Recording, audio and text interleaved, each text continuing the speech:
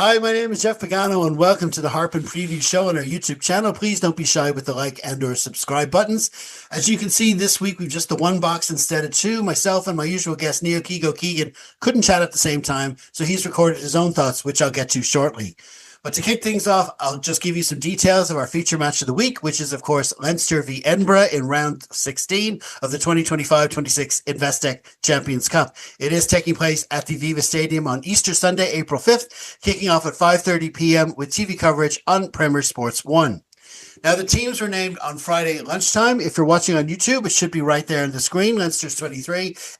Or if you're listening to the podcast, it's in the program notes. Okay, so now it's time to hand you over to Keego so he can offer his thoughts as he earns his 137th cap. Take it away, sir. So we're coming into Champions Cup rugby. We're all very excited, but what happened last week against Scarlets? Now listen, for the first time all year, I had control of the television for the entirety of the weekend. So I sat down ready to rock and roll, ready to watch Leinster Scarlets. And for the first 30 minutes, I really wished I didn't have the ability to own the television for the weekend. But then all of a sudden it turned around. Scarlets always play sexy rugby because they're Welsh, they're in trouble and all that sort of stuff. It just fell off for them and the Leinster output increased. Look, it is what it is. It was what it was. It's done. We move into the big game this weekend against Edinburgh. I tell you what, I'm excited, even though the bags under my eyes will tell you a different story. It's knockout rugby, it's Champions Cup. It's Leinster. Leinster v Edinburgh, Easter Sunday, 5:30. Tickets available. Go to it. You don't want to spend that much time with your family, do you? Or bring your family to the stadium, like I'm doing. But listen, beautiful team. Ryan Baird back in. Everyone bar the ring rows appears to be fit and ready. Conan at 6. This is really, really exciting stuff, okay? So now what happened before doesn't count. This is knockout rugby. This is cup final rugby. And it is absolutely delicious. Now, all we need is for people to show up. It's sunny right now in beautiful Bray, County Wicklow, the Garden of Ireland. It may end up being a bit stormy tonight, but we all need to show up on Sunday. It's going to be fantastic. I expect a big Leinster win. I expect a big performance. I don't know where that expectation is coming from. I woke up, I had my 4 pots of coffee, and I'm feeling positive. So Leinster by 3 to 4 scores. Easter continues into next week. Many thanks for that, Keego. Hope to have you back on again soon. So just to give my own thoughts on the Leinster team, every week on the 80 plus column on our Substack, I give my what the team that I'd like to see from the players available. And this is very close to it. Very close to it.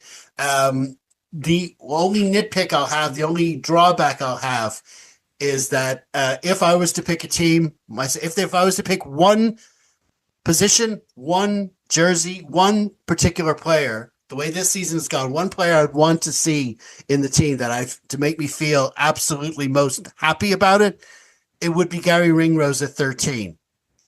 We've spoken a lot about Rico wanting the season. It's not more against him. It's not all negative against him. It's just that, especially defensively, you feel a lot more confident with Gary Ringrose in there. He sort of anchors the whole defensive system, and you wonder, are we just that little bit more vulnerable with Rico there, with not Ringrose there, basically, is the question.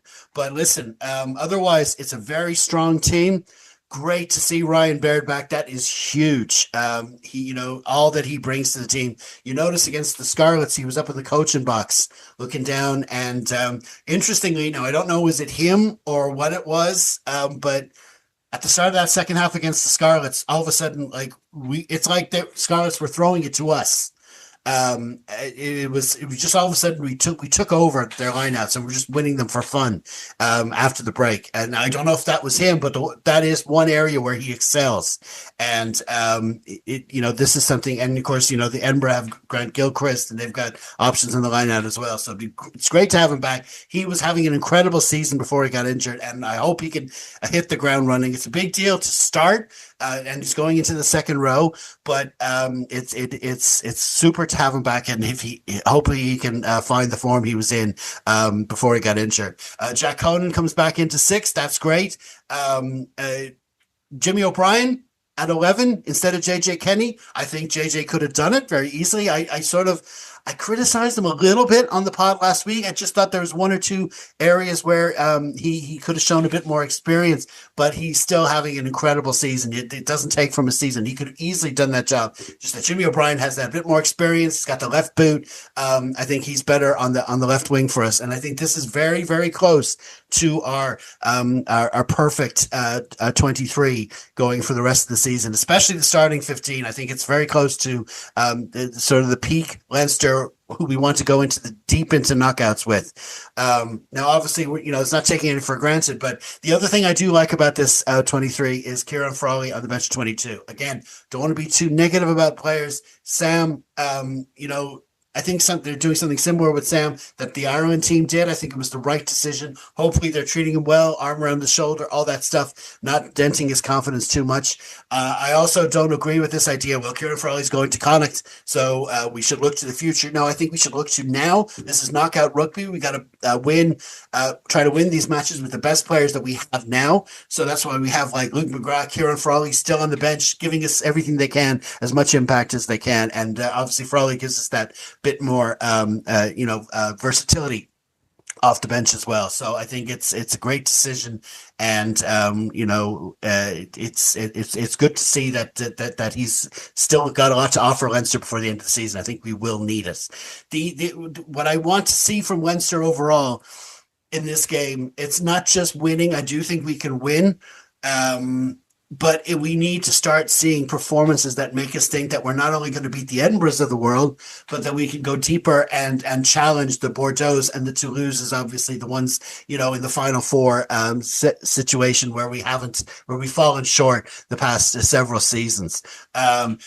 And confident, and the performances this season haven't given us that confidence. We've seen it in snippets. I think we even saw it last week against the Scarlets at times. We defended really well at certain stages. We put together some great moves. We scored a couple of tries in quick succession after the break, came alive. But you've got to do that for 80 minutes in the deeper portions of the competition. So we want to start seeing that from Leinster. And I have a feeling maybe with the sort of drawbacks in this team, and we're still kind of finding our feet, that we might come out of this game with some reservations that we're not quite there yet. But hopefully we will get the win and we'll impress enough that we know that we're on the right track. That's basically what I'm looking for from Leinster this weekend. Okay. Now for a few notes on our opposition, Edinburgh. They currently sit 13th in the URC. They had 2 good home wins in the Champions Cup pool phase over Toulon and Gloucester, but they only have 1 away win all season. That was 15-14 over Benetton at the beginning of January. They're without some players going into this game, the likes of Bradbury and Duhan van der Merwe. But they obviously do have a lot of threats. You got Darcy Graham on the wing. We all know Pierce Schumann, what he can do in the scrum and in the carry as well. Grant Gilchrist has got some great experience. There's a lot. Ross Thompson's doing well at 10. There's a lot of names around there that can do well. Ben Velicott is dangerous. Watch for him off the bench. There's a lot of danger in that side. But like what I said about Leinster, we should have enough for them. You see where they're sitting in the table. You see the results they've had. They haven't traveled well. They don't have a great record coming to Dublin. It all stacks up. You don't take any of these teams for granted, but Leinster should be putting in this performance. Past few seasons, Leinster have failed in the big matches at the end, the finals and semifinals, but you have still seen a clear transition of Leinster's performance, their attitude, their match day, basically attitude, going into these games, from a transition from URC mode to European mode. We need to see that European mode on Sunday at the Aviva Stadium. And if we're, all due respect to Edinburgh, if we feel we are going to win or compete in the latter stages of these knockouts, we have to be showing it against teams like Edinburgh on Sunday. It's as simple as that. Okay, on to the referee. It's Luke Pearce. Hold the whistle. It's a mostly English team there, as you can see. The weather for Dublin 4 on Sunday evening, increasing cloudiness, 3 degrees, maybe a bit chilly. Rain, 9% rain, not much chance of rain, not much wind. So it sounds like it's going to be good conditions, but as ever, bring the rain jacket and the rain stuff and wrap up warm anyway. A quick look at the other matches this weekend. Now, I'm recording this on Saturday morning, so there was a couple of games on Friday night. Great win for Connacht over the Sharks. They were incredible. They soaked up so much pressure, especially in that first quarter. The Sharks came to play. They brought some good players. Evan Edsmith was there and all. It was a great, they really put them under pressure, and they were taking their kicks when they got them. But Connacht were just able to hold them out. They couldn't cross their line. And when they got the ball, they scored some incredible tries. Bundyaki was in flying form. Hurley Langton was incredible. At number 7, he was stealing it for fun. They were literally, the Sharks were running and they were ripping it out of their hands. Great performance by them. And the other game, our good friends Northampton in the Champions Cup, they eventually put Castor to the sword. It was looking dodgy for a while there. High scoring game, 49-41, two big home wins there. But in the other games this weekend, obviously the Irish interest, we love to get three Irish teams, not just in the quarterfinals, but possibly to get all 3 Irish provinces in the semifinals. Got Munster, got a tricky trip to Exeter Chiefs. Ulster at home to Ospreys. We expected to win that there on Saturday. Best of luck to both of them. In the Champions Cup, the Harlequin Sale match is most of interest because if we can beat Edinburgh on Sunday, we play Harlequins and Sale next weekend. So there's that. The other matches, Bordeaux play Leicester before we play Edinburgh on Sunday. Toulouse are home to Bristol. Glasgow, another strong team up there. I haven't really mentioned them. It's not fair. They're one of the teams challenging for this competition as well. We struggled at playing there a couple of weeks ago. They host the Bulls. So there's a lot of Toulon against the Stormers. That could be a big game. Bath against Saracens, another one. Some big matches there this weekend. So it's definitely a great weekend. Great Easter weekend of Champions Cup rugby for sure. Okay, well, listen. That's it for this week. Please be sure to comment, like, share, and subscribe as much as you can across all of our socials. When the full-time whistle blows at the Aviva, leave your thoughts on our Facebook page and keep an eye out for a Rap Pod recording on Sunday evening featuring Kieran Duffy. In the meantime, stay safe, everyone. Slán.